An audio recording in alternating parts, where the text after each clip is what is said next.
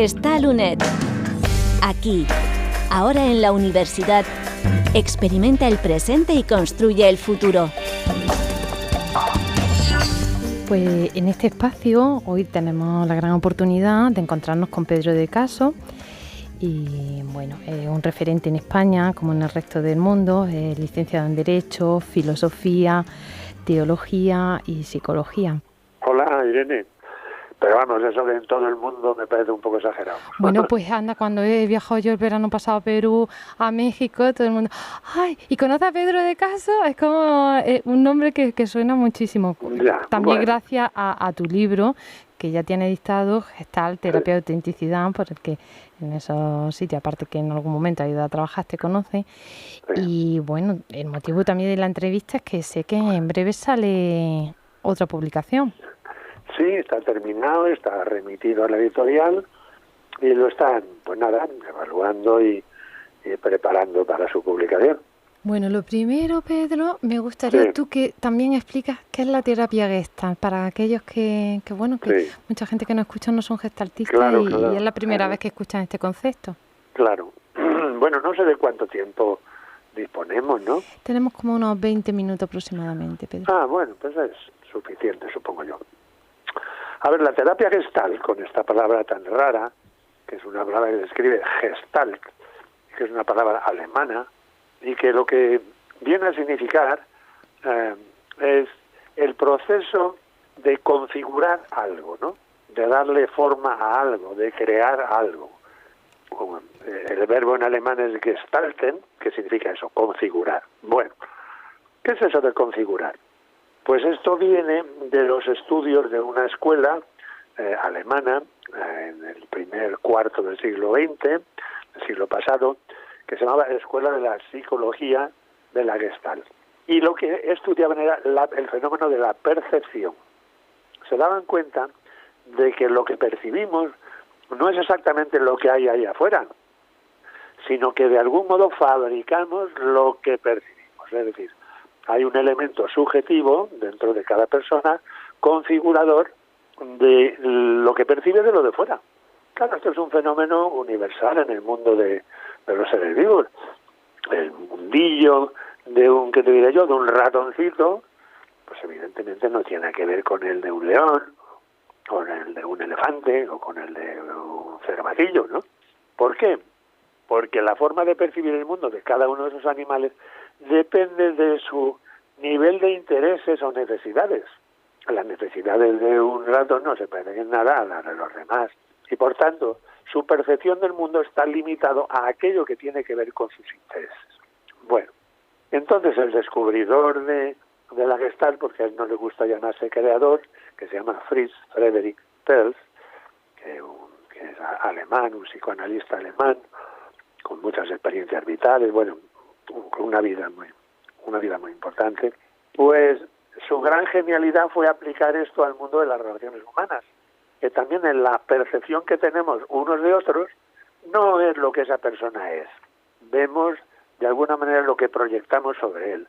Porque claro, si a mí no me molesta las personas que son muy habladoras o que físicamente, pues no sé, no son del tipo que a mí me gusta, le ponemos una etiqueta, la etiquetamos, le ponemos un prejuicio. Vale, esto es como un poco lo más genérico. Y por consiguiente, lo que pretende la terapia Gestalt es hacernos conscientes de eso y darnos cuenta de que nuestra percepción como seres humanos de la realidad de uno mismo y de los demás está mediatizada por los prejuicios, como digo, que en Gestalt lo llamamos introyectos, que son criterios, maneras, valores, prohibiciones, consejos, etcétera, etcétera, que cada uno fuimos recibidos en nuestra infancia, básicamente de nuestros padres, y que luego se nos quedan ahí como unas referencias fijas, de tal manera que al final actuamos en la vida como nuestros padres, incluso lo llevamos a honra merece el que a lo suyo se parece, etcétera, ¿no? Pues darnos cuenta de eso es como sobrepasar el nivel de nuestra mente, que está condicionada por todos esos introyectos, y abrirnos a la percepción de la conciencia, que es como una visión más amplia, que más atenta y más capaz de percibir lo que realmente hay en la situación o en las personas que forman parte de la situación presente. Bueno, básicamente es eso. Claro, es una psicoterapia que supuso una novedad grande con respecto a las dos que había, psicoanálisis y conductismo. El psicoanálisis pretendía resolver todo acudiendo a descubrir los traumas de la infancia, que claro, sí, eso puede estar ahí efectivamente, pero no consiste en descubrir mentalmente la cosa, no por enterarse uno de que tuvo tal trauma, con eso se cura.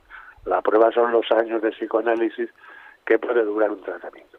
Y el conductismo lo que pretendía era sencillamente pues tratarlo como si fuera una enfermedad, como si fuera un síntoma, entonces como si fuera un artefacto a arreglar. Y por tanto pues todo muy mental. En cambio en la psicoterapia Gestalt prima mucho lo emocional, prima mucho lo integral, no solamente lo mental, sino lo corporal, lo energético, hasta lo espiritual. Bueno, suficiente, ¿no? Bueno, para hacernos como una idea, esta aventura de qué va. Pedro, ¿y cuántos años lleva de ser gestaltista? Hombre, pues tampoco tanto, no te creas. No, yo creo que descubrí la Gestalt a partir de los años 90. Fíjate. Te quería preguntar, este primer libro que ya está editado, Gestalt, Terapia de Autenticidad, ¿qué se puede encontrar ahí? Y después quiero que me cuentes un poquito, que dejemos la última parte para hablar de esta nueva publicación. Claro. Bueno, pues el libro de Gestalt, Terapia de Autenticidad lleva un subtítulo que se llama La vida y la obra de Fritz Perls. Entonces sí que supuso una novedad, porque era como reunir en un solo volumen todo lo que yo pude recopilar sobre la vida de este señor, de Fritz, todas sus experiencias a lo largo de sus 76 años, que fue cuando murió, y luego también pues su obra, que está dispersa en varios libros, alguno escrito directamente por él, y otros, la mayor parte, son de la última etapa de su vida, que no están escritos por él, sino que son transcripciones de grabaciones que se hacían, de los talleres que él impartía, de los trabajos que él realizaba con los asistentes, ¿vale? Y que básicamente al final de su vida lo que le interesaba era trabajar sueños. Fíjate, este taller que tú tanto, ¿no?, has impartido siempre, es de sueño. Sí, me gusta trabajarlo, porque es muy sorpresivo, nunca sabes qué va a pasar. Bueno, y este libro, cuéntame, cuándo se presenta, cuándo lo podemos adquirir, qué título, no sé si se puede decir. Sí, mujer, darnos todos los detalles que nos puedas dar, vamos. Bueno, pues este libro responde como a la sensación que me fue quedando después del otro, que la verdad que es un libro que fue muy bien recibido, que me ha abierto muchas puertas y que ha tenido bastante difusión, creo que van 5 ediciones o 6 por ahora. Pero a mí me quedaba la cosa de, bueno, sí, eso era hablar como de, no hablar, presentar y explicar y aclarar mucho de lo que nos ha llegado por escrito de Fritz Perls, pero que él era una persona muy espontánea, muy poco precisa, era muy emocional, era muy impulsivo, y yo pues soy más bien más mental, más ordenado, entonces necesitaba poner claridad, y eso es lo que parece que a la gente le vino bien. Pero a mí me quedaba más necesidad de eso, seguía sintiendo que seguía habiendo muchas ambigüedades, mucho hablar de las cosas en general, cuando la realidad es que la terapia de estas es una terapia muy concreta, muy de situaciones. Es una terapia, como su creador lo llama, del aquí y ahora. Aquí lo que importa es el momento presente. Ahí es donde nos jugamos todo, la propia realidad, lo que creamos nosotros con esos prejuicios que digo, lo que yo llamo la forma de hacer la Gestalt de la situación. Hacer la Gestalt es como la composición del lugar. Y en esa composición del lugar de quien yo tengo delante, o esa situación que tengo delante, como digo, viene muy mediatizada por mi forma acostumbrada de lidiar con las cosas. O sea, me atengo a lo ya conocido y establecido. Y en cambio, pues aquí lo que se trata es como de ir más allá de eso, como para poder ser más real, estar en contacto más con la realidad de uno mismo, de lo que a uno le está pasando en la situación presente y de lo que es la situación presente, de lo que hay presente en ella, la realidad de los otros o la realidad de la situación. De modo que eso es el trasfondo de lo que a mí me fue motivando. Y empecé en esto hace ya como unos 4 años, trabajando así un poco en veranos, pero no acababa de encontrar bien como el hilo de la exposición. Ahora bien, como desde fines del verano pasado he estado bastante impedido en cuanto a mi capacidad de llevar la vida ordinaria que llevaba antes, de desplazarme, de ir, de andar, de dar talleres un lado y en otro, pues he estado mucho, la mayor parte del tiempo, aquí en mi casa, ¿no? Entonces, y luego posteriormente he tenido una operación. Entonces, todo este tiempo de estar aquí, de poder tener tiempo para reflexionar, es lo que me ha dado la capacidad de ir dándole forma a ese nuevo libro y de que ahora pues ya está terminado y entregado a la editorial. Y el libro esta vez se llama Mi Gestalt. Ese es el título. Y el subtítulo es El potencial oculto en la Gestalt de Fritz-Perls.